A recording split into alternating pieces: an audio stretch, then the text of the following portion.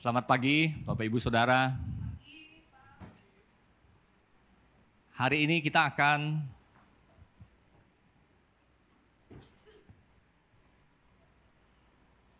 belajar mengenai iman, ya. Tapi sebelum itu saya akan bagikan sedikit, bukan kesaksian, tapi mungkin ini renungan atau refleksi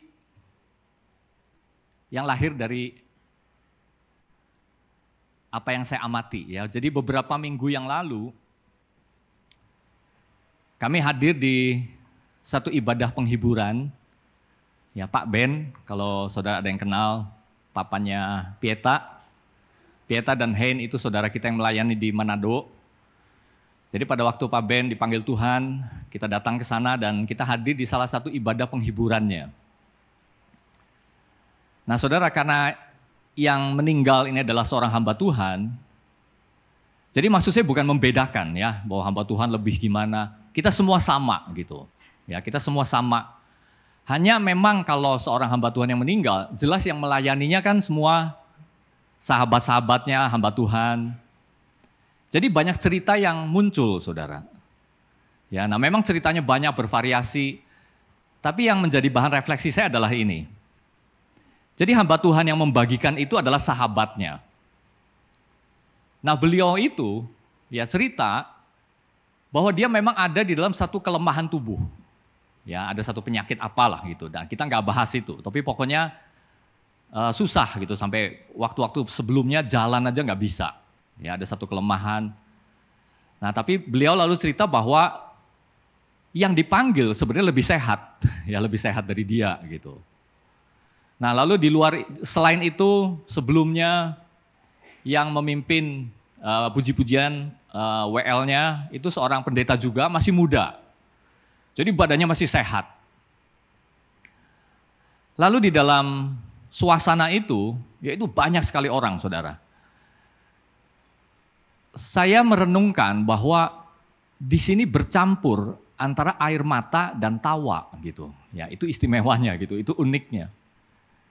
Jadi semua unsur-unsur itu ya memenuhi pikiran saya, melahirkan satu refleksi. Saya merenungkan ya perjalanan hidup seseorang, bahwa kita semua ya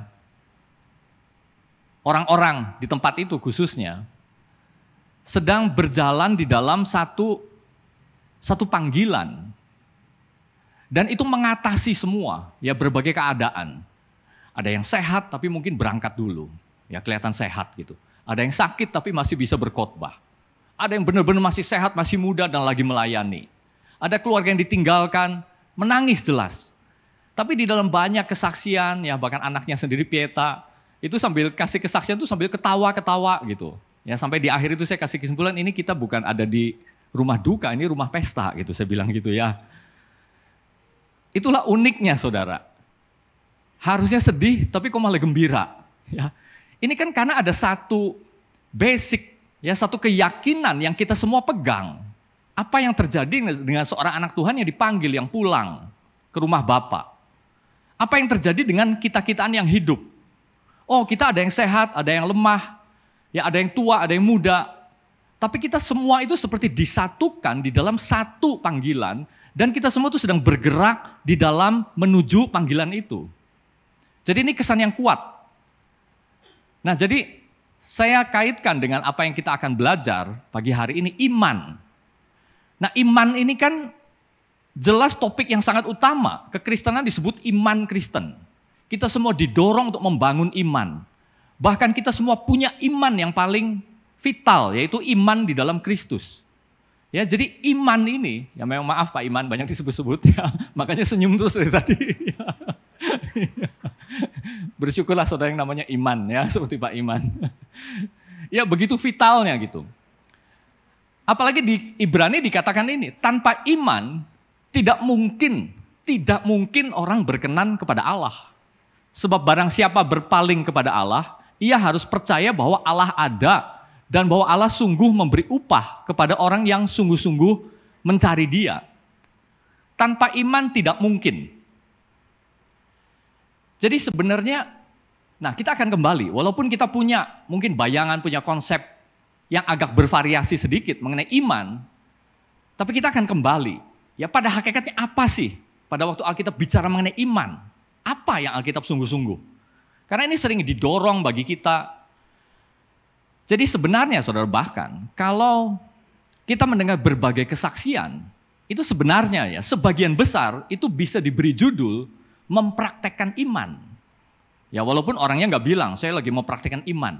Tapi bisa kalau kita tarik kesimpulan lalu kita yang memberi judul, ini sebenarnya anak Tuhan ini sedang mempraktikkan iman. Walaupun dia sambil menceritakan mengenai kebaikan Tuhan, keajaiban Tuhan, mujizat Tuhan. Ya sebenarnya bisa. Jadi ternyata ini bagian penting di dalam hidup kita.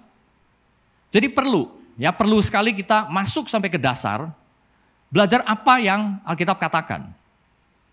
Nah dikatakan barang siapa berpaling kepada Allah. Memang kalau dalam bahasa Indonesia berpaling kesannya bisa aja dari jauh, ya kita berpaling lalu melihat.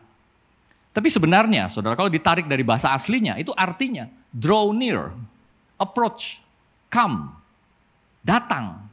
Ya, jadi lebih kuat gitu pesannya. Jadi berpaling kepada Allah itu artinya datang kepada Allah, ya sebegitu dekatnya. Lalu dikatakan bahwa percaya bahwa Allah ada dan bahwa Allah memberi upah. Ini bukan sekedar satu persetujuan secara mental, oh ya Allah ada. Tapi kalau dikatakan Allah memberi upah, ini sudah bicara mengenai relasi. Ya, relasi apa yang Allah berikan. Sebenarnya ini bicara mengenai bagaimana kita mempercayakan diri hidup kita ini kepada satu pribadi, satu Allah yang hidup. Dia hidup. Ya, ada satu relasi yang memimpin hidup kita. Kita itu ada di bawah naungannya, ada di bawah powernya, ada di bawah kuasanya gitu. Jadi bukan sekedar setuju secara mental. Misalkan saya katakan bahwa, oh saya percaya kutub utara, kutub selatan itu memang dingin. Bukan seperti itu. Ya, saya percaya Allah ada, saya percaya ini semua Allah bekerja. Bukan saudara, lebih dalam daripada itu. Ya, tapi ada satu hubungan. Nah baik, silakan slide 2. Jadi dari teks tadi kita lihat betapa pentingnya, betapa vitalnya. Nah, lalu ini pengertian. Iman adalah dasar dari segala sesuatu yang kita harapkan dan bukti dari segala sesuatu yang tidak kita lihat. Nah, saudara, kalau kita lihat gambar ilustrasi ini, ya kalau saudara kasih komentar gimana? Ya, saudara kira-kira gambarnya cukup mewakili tidak? Ya, atau saudara kurang setuju atau sangat setuju? Ya, itu renungan aja dalam hati. Ya. Tapi pasti ada unsur ininya, saudara. Ini bukan gambar yang salah. Pasti ada unsur ininya. Ya, kita seperti tutup mata gitu. Pasti banyak kesaksian seperti itu. Kita pokoknya hanya percaya, ya kelihatannya jurang, tapi pokoknya kita percaya ada tangan Tuhan yang siap menadah kita. Bahkan sebenarnya bukan menadah, membawa, memimpin kita. Jadi ini gambar yang betul. Tapi ini hanya potret satu bagian saja. Karena kalau kita berpikir bahwa ini satu-satunya cara mempraktekkan iman, itu masih belum lengkap. Itu masih belum masuk di dalam apa yang Alkitab katakan. Jadi, gambar ini walaupun betul, saudara, tapi biarlah ini tidak menjadi satu definisi yang sempit gitu. Sehingga akhirnya menjadi jebakan bahwa kalau iman itu ya memang harus begitu.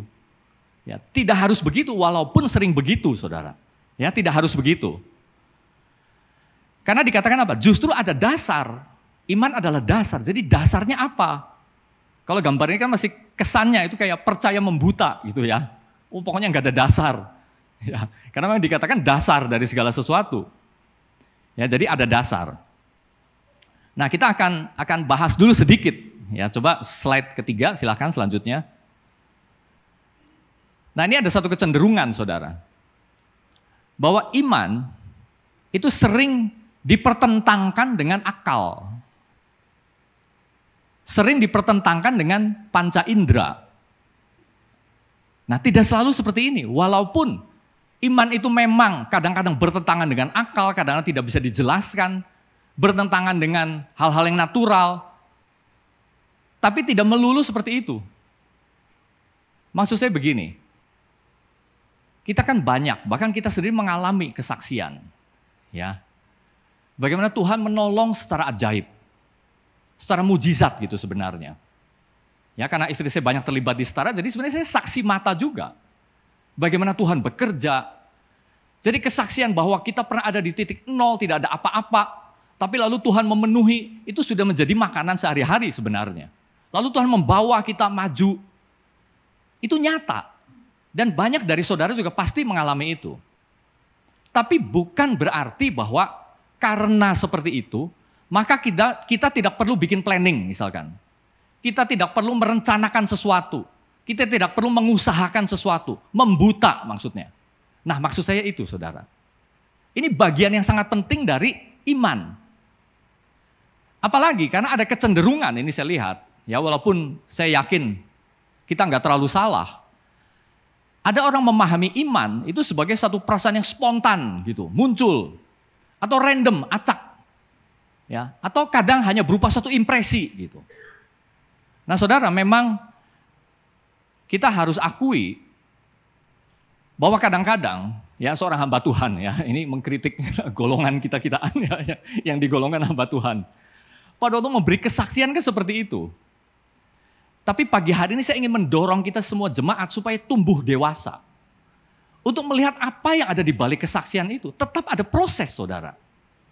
Karena kalau di dalam kesaksian itu biasanya orang hanya cerita peak-nya saja, puncaknya saja. Ya, dan akhirnya karena bukan pengajaran, bukan penjelasan, orang tuh bisa menangkap yang beda-beda. Ya seolah-olah ini spontan pokoknya, saya mengikuti sesuatu yang gak bisa dijelaskan. Seolah-olah kita diajar bahwa itulah cara mempraktikkan iman satu-satunya. Nah ini mulai salah saudara. Ya, kalau bahwa saya nggak boleh berpikir teratur, nggak boleh bikin planning, nggak boleh melihat hal-hal yang natural. Saya murni terus mencari hal-hal yang spontan, yang acak, yang tidak bisa dijelaskan. Hanya itu penjelasan atau praktek dari iman, ini sudah mulai salah. Jadi ini yang kita mau imbangi, ya kita mau seimbangkan, saudara.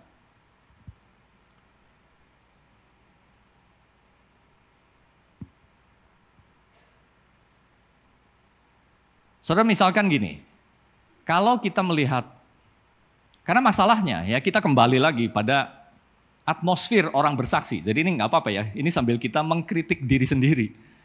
Pada waktu orang bersaksi di depan, itu kan biasanya satu peristiwa sudah ada solusinya saudara. Ya, hal-hal yang indah, hal-hal yang hebat, nah baru orang bawa dan orang pikir itu layak dijadikan kesaksian. Saudara mana ada orang bersaksi yang bawa, oh saya sudah 10 tahun masih di dalam pergumulan ini. Dan sampai detik ini masih dalam pergumulan. Nah orang kan nunggu kan. Ya terus gimana? Sudah saudara, saya masih ada dalam pergumulan. Ya itu orang anggap bukan bersaksi, masa bersaksi kayak gitu. Terus gimana? Kan gitu. Ya. Jadi bayangkan satu film itu kan ada klimaks ya. Jadi kesaksian itu seolah-olah orang sudah tangkap bahwa pakemnya ya harus seperti film. Ya. Jadi kalau orang bersaksi lalu belum ada solusinya, belum ada puncaknya apa, belum ada hebohnya gimana, itu orang anggap bukan kesaksian, itu namanya bagi beban, ya, gitu ya. Nah jadi orang seolah sudah menuntut kesaksian itu harus begitu. Ya jadi lebih parah lagi dari situ lalu diambil kesimpulan bahwa ya lalu praktek imannya mana. Dan biasanya lalu hal-hal yang spektakuler. Tidak selalu seperti itu saudara. Jadi saya ingin mendorong kita semua tumbuh dewasa untuk kita melihat prosesnya di balik itu. Proses yang ada di bawah itu. Kesaksian adalah tangan Tuhan yang sudah nyata, sudah kelihatan, sudah terbukti. Tapi kita juga ingin terus dikuatkan oleh tangan Tuhan yang tidak kelihatan. Walaupun kita masih ada di dalam pergumulan. Sebenarnya itu hakikat dari tokoh-tokoh yang ditulis di dalam Ibrani. Kan ditulis, mereka tidak mendapatkan apa yang mereka janjikan, apa yang dijanjikan. Mereka hanya dari jauh dan hanya melambai-lambaikan tangan. Waktu Abraham diberi janji, pada waktu sampai dia mati, penggenapannya mana? Seluruh bangsa akan mendapat berkat. Lihat bintang di langit, lihat pasir di laut, seperti itulah banyaknya keturunanmu. Kan belum sampai masa akhir hidupnya. Ya itu membuat kita ingat saudara. Nah jadi silakan slide selanjutnya. Nah kita akan melihat dulu saudara. Ini sedikit filosofis, ya tapi ini penting. untuk kita mengetahui di mana posisi iman. Jadi ini filosofi, ini kan dicari tahu nih, namanya filosofis ya, mendasar gitu. Orang tahu sesuatu itu dari mana sih? Ya, jadi dulu ini dirunutnya sampai ke zaman para filsuf lah gitu. Jadi katanya orang tahu sesuatu, oh saya tahu. Itu kurang lebih dengan 3 kotak ini. Pertama orang memakai panca inderanya, karena dia melihat, karena dia mendengar, karena dia merasakan, karena dia mengalami. Ya, disebutnya empirisme. Jadi empiris itu kan pengalaman. Ya, dituntun oleh panca inderanya. Maka saya tahu sesuatu atau belajar mengambil kesimpulan atas sesuatu. Lalu yang kedua, melibatkan nalar. Ya, nalar ini arti luas, Saudara. Apa yang dia kesan-kesan yang muncul, apa yang dia rasakan, apa yang dia pikirkan. Sesuatu yang rasional gitu. Makanya namanya rasionalisme. Nah, belakangan orang tahu bahwa satu saja tidak cukup, dua-duanya harus digabungkan. Jadinya rasionalisme empiris. Dipakai, pengalaman dipakai, rasio kamu, pikiran kamu juga dipakai untuk mengartikan hal-hal ini. Menjadi satu, oh saya tahu cara belajar. Nah lalu pertanyaannya kan, di mana posisinya iman? Ini kan umum kira-kira. Lalu kita sebagai orang percaya, di mana? Oke, next.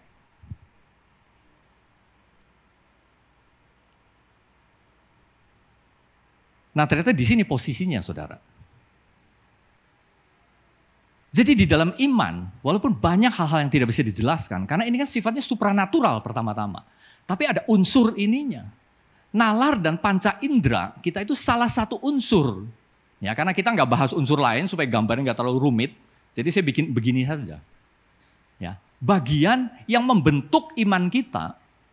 Lalu iman kita itu boleh dibilang, karena kita orang percaya, membawa kita itu melewati batas nalar dan panca indera. Seperti itulah praktek dari iman. Nanti kita akan lebih jelas. Ya, oke, silakan slide selanjutnya. Nah, jadi ini pertanyaannya kan, kalau membawa kita, pertanyaannya kemana? Ya, ke atas itu kemana? Melewati batas nalar dan panca indera kemana? Ternyata itu merespon terhadap wahyu. Ya, jadi kalau tadi ada Pak Iman, sekarang ada namanya wahyu. Nah, wahyu ini jelas dari mana, saudara? Dari Tuhan. Jadi iman kita sebenarnya adalah respon.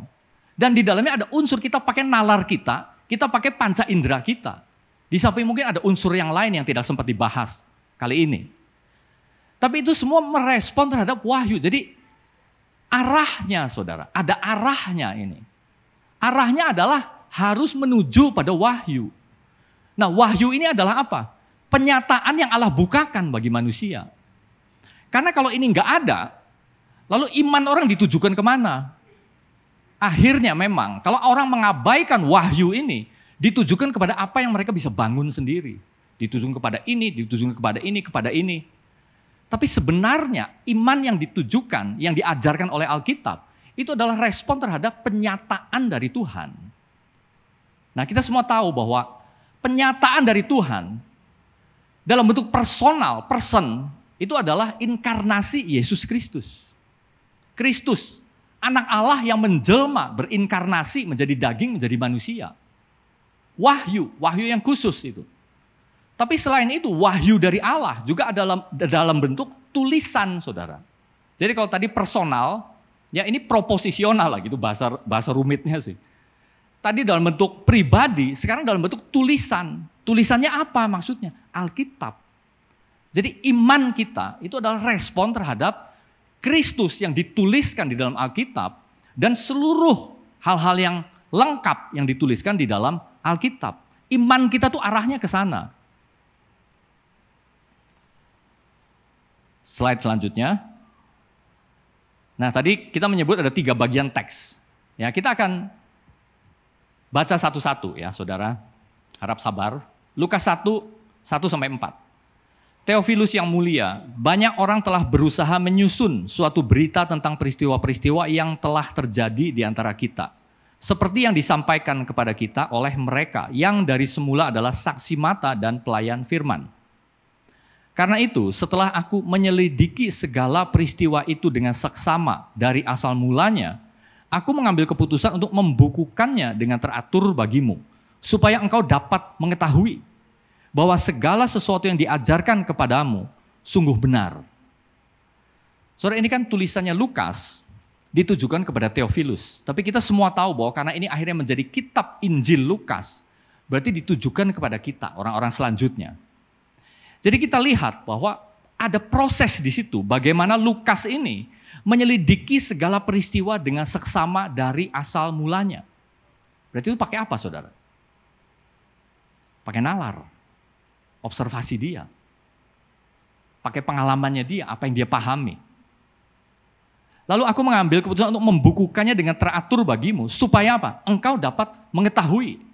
Jadi Theophilus ini dan kita, pada waktu membaca berita Injil, mengerti kalimat-kalimat di situ, mengerti bahwa ini wahyu yang ditujukan kepada Allah. Berarti kita pakai apa? Pakai nalar. Kita bisa mengetahui, bisa mengerti bahwa segala sesuatu yang diajarkan kepadamu adalah sungguh benar. Dari situ lalu lahir apa? Lahir iman. Karena kita lalu percaya. Jadi iman kita ditujukan kepada apa? Tulisan itu tadi.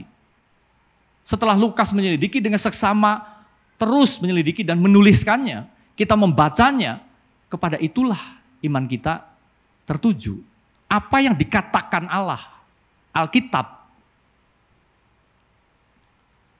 Lalu 2 Petrus 1, 16 dan 19. Ya, jadi saya lompat saja supaya cepat, 16 dan 19. Sebab kami tidak mengikuti dongeng-dongeng isapan jempol manusia ketika kami memberitahukan kepadamu kuasa dan kedatangan Tuhan kita, Yesus Kristus sebagai Raja. Tetapi kami adalah saksi mata dari kebesarannya. Kalau Petrus katakan kami saksi mata, berarti dia pakai apa?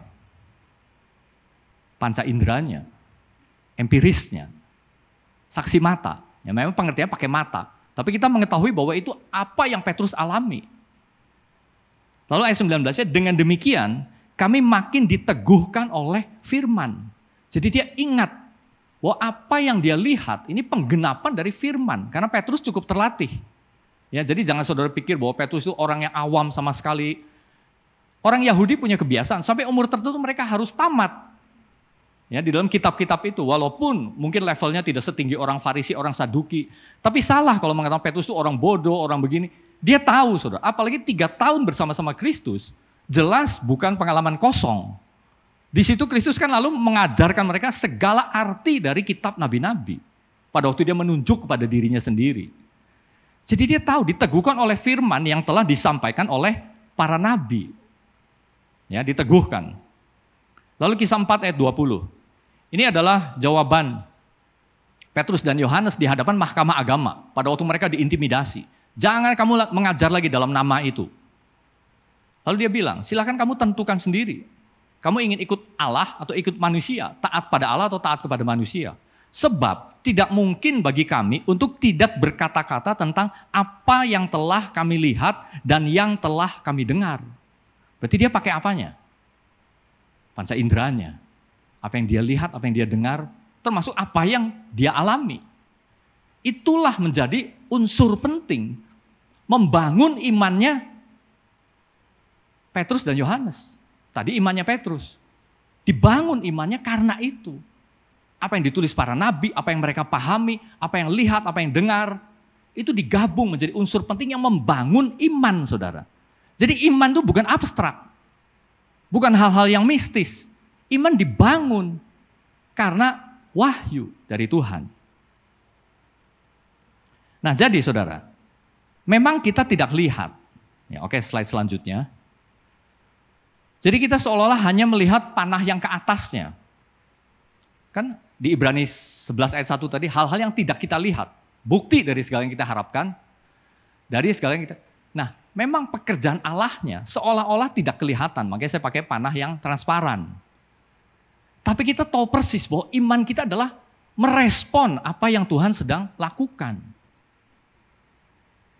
Ya, jadi itu pengertian penting dari iman, saudara. Nah, baik, ini slide terakhir.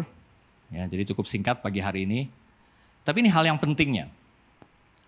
Hal praktisnya, saudara. Jadi perhatikan, ada 3 unsur penting dari iman.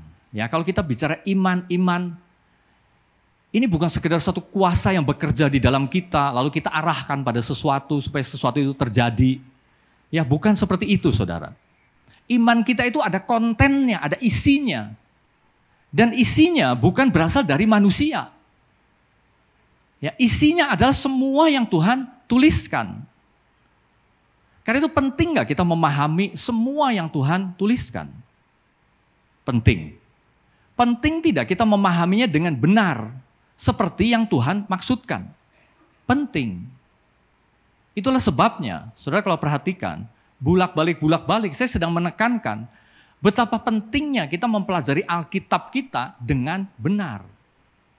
Supaya kontennya kita dapatkan. Karena sudah pasti, Alkitab juga bisa dipakai untuk melahirkan kesimpulan-kesimpulan yang tidak benar seperti yang dimaksudkan oleh para penulisnya. Artinya seperti yang dimaksudkan oleh Tuhan. Tapi pada waktu saya mendorong saudara balik, apa sih sebenarnya dimaksudkan oleh penulisnya? Jangan yang saya maksudkan dulu. Ya, yang penting apa sih yang dimaksudkan di sini?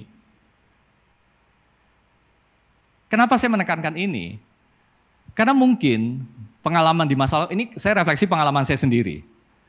Saya itu lebih didorong untuk mencari apa yang kamu dapat. Pada waktu kita membaca Alkitab, apa yang kamu dapat? Jadi kan lalu saya ceritakan apa yang saya dapat. Lalu kalau orang yang kedua ditanya, oke, bagus, kamu? Oh, ini yang saya dapat. Beda lagi, saudara. Oh, bagus. Ya, ini dapatnya beda. Tapi kita jarang didorong untuk sebenarnya apa yang dimaksudkan di situ. Karena pesannya ada di situ, saudara. Pada waktu saya mengatakan ini yang saya dapat, itu sudah lari ke praktek. Tanpa memahami dulu apa yang dimaksud di situ, yang saya tarik bisa salah nggak? Mungkin tidak terlalu salah, tapi yang jelas subjektif. Sedangkan kita pertama kalau membaca, harus cari dulu apa sih yang dimaksudkan di situ. Ya, itu maksudnya konten, saudara. Jadi kepada apa sebenarnya kita arahkan iman kita? Ya, ini wahyu, sebenarnya itu wahyu itu kan revelation, sesuatu yang di-reveal, yang dibukakan, disingkapkan gitu. Tanpa Yesus dan tanpa Alkitab, Allah tetap tersembunyi, tidak tersingkap bagi kita. Tapi karena Kristus dan karena firman-Nya itu disingkapkan, sehingga kita tuh tahu, kenal. Jadi penting gak saudara? Kita memahami apa yang sudah disingkapkan itu. Itu bicara konten. Nah yang kedua, ya sebenarnya sudah saya bahas, berarti pemahaman. Ya harus dipahami. Itulah sebabnya kan Alkitab dibaca, ya diterjemahkan dalam berbagai bahasa. Ini buku yang paling banyak diterjemahkan, saudara. Saudara nggak bisa hitung ribuan bahasa, sampai bahasa-bahasa etnik gitu. Bukan hanya bahasa nasional, bahasa-bahasa daerah. Karena apa? Karena perlu dipelajari dan dipahami. Karena kalau tidak, maka cukup Alkitab itu disakralkan. Maksudnya ditaruh di dalam peti kaca, ditaruh di tempat yang utama, lalu kita membangun satu ritual gitu. Ya, bahwa ini adalah benda yang penting. Bukan seperti itu caranya Tuhan mewahyukan dirinya. Tapi itu dibuka sehingga kita mengerti, bisa paham. Nah, lalu yang hal ketiga yang tidak kalah pentingnya, ini bicara personal trust, relation-nya, saudara. Kalau kita berhenti hanya sampai kedua, berarti itu hanya pengetahuan. Oh, saya tahu. Ya, saya tahu, saya yakin, saya percaya. Tapi pertanyaan, ada hubungan enggak? Ada sesuatu yang personal enggak kita dengan itu? Jadi tidak berhenti sampai di kognisi saja gitu. Oh, saya tahu. Pengetahuannya banyak. Tapi bagaimana, apakah itu menjadi panduan pribadi? Benar-benar menuntun hidup saya. Karena sebenarnya itulah yang dijelaskan. Kalau saudara terus baca dari Ibrani 11 itu, kan terus disebut tokoh ini, tokoh ini, tokoh ini. Akhirnya kita hanya ambil kesimpulan. Semua orang-orang ini akhirnya membangun hidup yang merespon kepada sesuatu itu. Karena apa? Karena antara mereka dengan Tuhan ada satu hubungan yang personal. Saudara, mungkin kita mengangankan, ingin seperti Abraham, suara Tuhan terdengar. Bahkan waktu dia ambil pisau saja bisa ada suara terdengar menghentikan tangannya dia. dari menusuk, membunuh, mempersembahkan Ishak. Ya kita bayangkan hal seperti itu. Lalu kita merasa kita kurang beruntung, kita nggak ada. Saudara, justru kebalik. Kita sangat beruntung karena semuanya sudah utuh. Wahyu itu sudah utuh. Perjanjian lama ada, perjanjian baru ada. Cerita itu saudara, narasinya itu sudah lengkap boleh dibilang. Dan kita bahkan bisa tahu menunjuk tempat kita ada di sini. Lagi menuju ke sini. Karena gambarnya sudah jelas. Pada waktu Abraham dia malah nggak jelas. Itulah sebabnya mereka perlu dituntun oleh satu suara yang nyata. Intervensinya itu begitu nyata. Ya, nyata maksudnya beda dengan kita sekarang. Rasa-rasanya nggak nyata. Sebenarnya lebih nyata saudara. Karena Kristus sudah datang, kita ada sesudahnya, dan Kristus akan datang kembali. Ya, jadi di dalam narasi penting Alkitab, kita tahu posisi kita ada di situ. Kebelakangnya dari mana? Ujung awalnya. Kita bisa baca dari penciptaan. Lalu menuju kemana? Kita bisa baca di Wahyu. Lengkap saudara. Ya, dibandingkan mereka pada waktu Alkitab itu masih tercerai-berai. Kita sudah lengkap. Jadi dari situlah kita jadi tahu, oh di alam semesta ini, bahkan hidup saya personal, ada kuasa ini yang sedang bekerja. Itulah sebabnya kekristenan, bangun imanmu. Terhadap apa imannya? Terhadap itu tadi. Bahwa Tuhan sudah menyatakan diri, memberitahukan rencananya, sampai dia mengirimkan anaknya, sampai semua perkataannya dicatat, bahkan diteruskan sesudah Yesus naik ke surga, murid-muridnya masih menulis. Sampai dibukukan. Wahyu bagi kita, saudara. Jadi di atas itulah dan kepada itulah iman kita itu dibangun. Sebenarnya itu yang dikatakan di dalam Ibrani. Mulai dari ayat 1 sampai ayat-ayat selanjutnya. Amin. Biarlah menjadi dasar bagi kita mengenai iman. Bapa, kami bersyukur. Biar Roh Kudus terus mengajar kami, Tuhan. Karena firman-Mu itu adalah hidup. Firman-Mu adalah kebenaran. Yesus Kristus sudah menjadi Tuhan bagi kami. Sudah menjadi firman yang hidup bagi kami semua. Biarlah hidup kami adalah hidup yang merespon Tuhan. Pada waktu kami berada dalam pergumulan, kami bisa mendapat kekuatan. Karena kami terus melihat arah di depan, satu pengharapan di depan. Pada waktu kami berada dalam posisi yang tinggi, kami tidak menjadi tinggi hati. Tapi kami tahu bahwa ini adalah bagian dari rencana Tuhan yang mengandung maksud. Sehingga maksud itulah yang terus kami cari untuk kami dapatkan. Dan akhirnya untuk kami lakukan Tuhan. Sehingga pada akhirnya kami adalah anak-anak yang taat. Yang sungguh-sungguh hidup dipimpin oleh sesuatu. Yaitu Engkau sendiri. Berkatilah setiap anak-anak-Mu Tuhan. Setiap jemaat-Mu. Hanya di dalam nama Tuhan Yesus. Amin. Amin.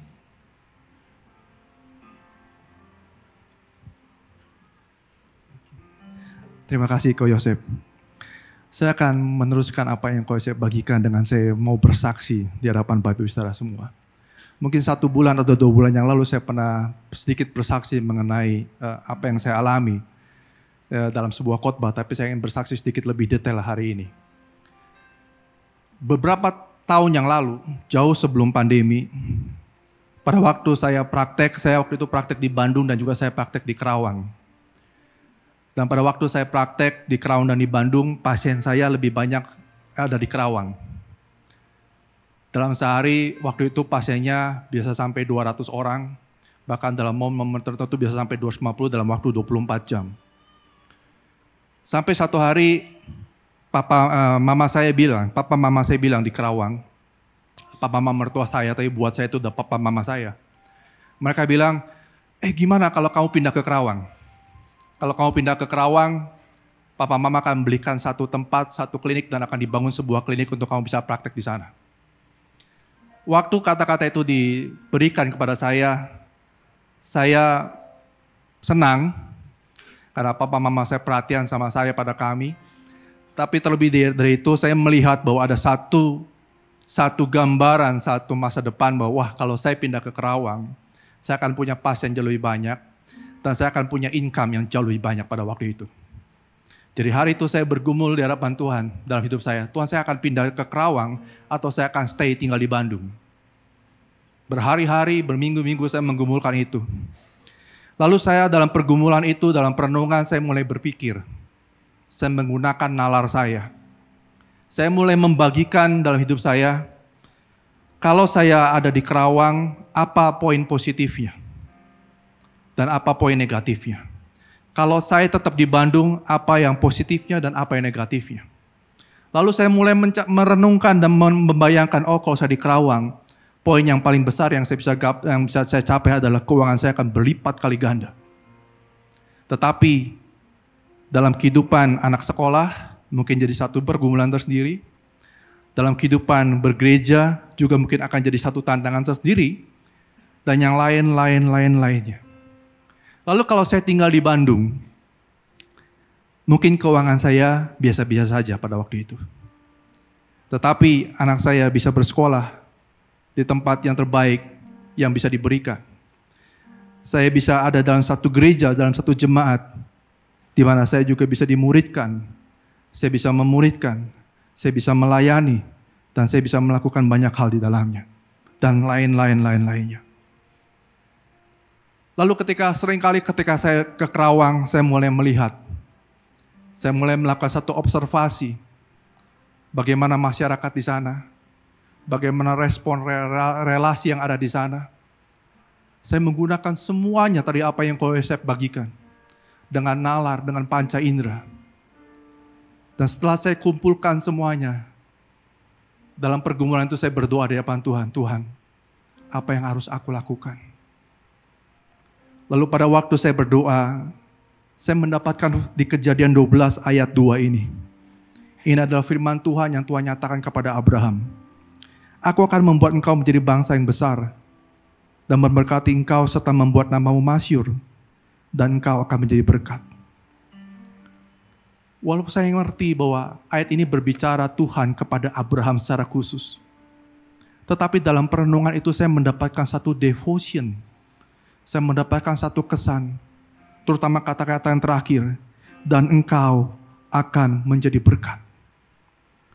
Pada waktu firman ini sampai, saya terima dalam devotion saya, dalam perenungan saya.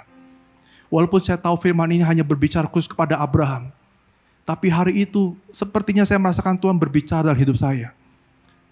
Dan pada waktu itu saya bilang sama Tuhan, Tuhan, aku tahu aku harus memilih yang mana. Dan pada waktu saya harus memilih apakah saya ke Kerawang atau ke Bandung. Pilihan saya bukan lagi berdasarkan mengenai uang yang akan saya dapat. Tapi berdasarkan tempat di mana saya bisa menjadi berkat bagi banyak orang. Dan hari itu saya melihat tempat di mana saya menjadi berkat adalah ada di kota Bandung. Dan hari itu saya memutuskan Tuhan, sekalipun aku gak melihat mengenai keuangan di sana, karena aku membutuhkannya pada waktu itu. Tapi aku berjalan hanya karena dasar firman Tuhan ini, bahwa aku dipanggil untuk menjadi berkat. Hari itu, akhirnya dalam perjalanannya saya punya 7 tempat praktek dalam 1 bulan. Karena saya harus bekerja banding tulang, saya berangkat pagi pulang malam 7 tempat dalam 1 bulan, waktu dokter masih boleh praktek lebih dari 3 tempat. Sampai sekali waktu, ini yang Tuhan lakukan bertahun-tahun lamanya dalam prosesnya. Ada satu orang, dokter senior waktu itu usianya 78 tahun. Dan dia mau pensiun. Dan waktu dia mau pensiun, dia sudah punya tempat praktek dan dia sudah punya pasien yang banyak. Anaknya bertemu dengan saya, dengan istri saya, dan dia bilang, mau gak kamu bantuin praktek papa saya? Dan saya bilang, saya coba 2 bulan ya. Karena saya mau melihat apa yang terjadi dalam waktu 2 bulan. Akhirnya saya menggantikan dalam 2 bulan itu. Dan dalam waktu 2 bulan saya melihat semua perkembangannya. Dan setelah 2 bulan saya kembali sama dokter itu, saya bilang, saya mau terusin. Dan sejak hari itulah saya melihat bahwa tangan Tuhan itu nyata. Kalau saudara melihat apa yang saya pakai hari ini, apa yang saya kenakan, apa yang saya makan, mungkin saudara berkata bahwa itu hanya karena kerja kerasmu.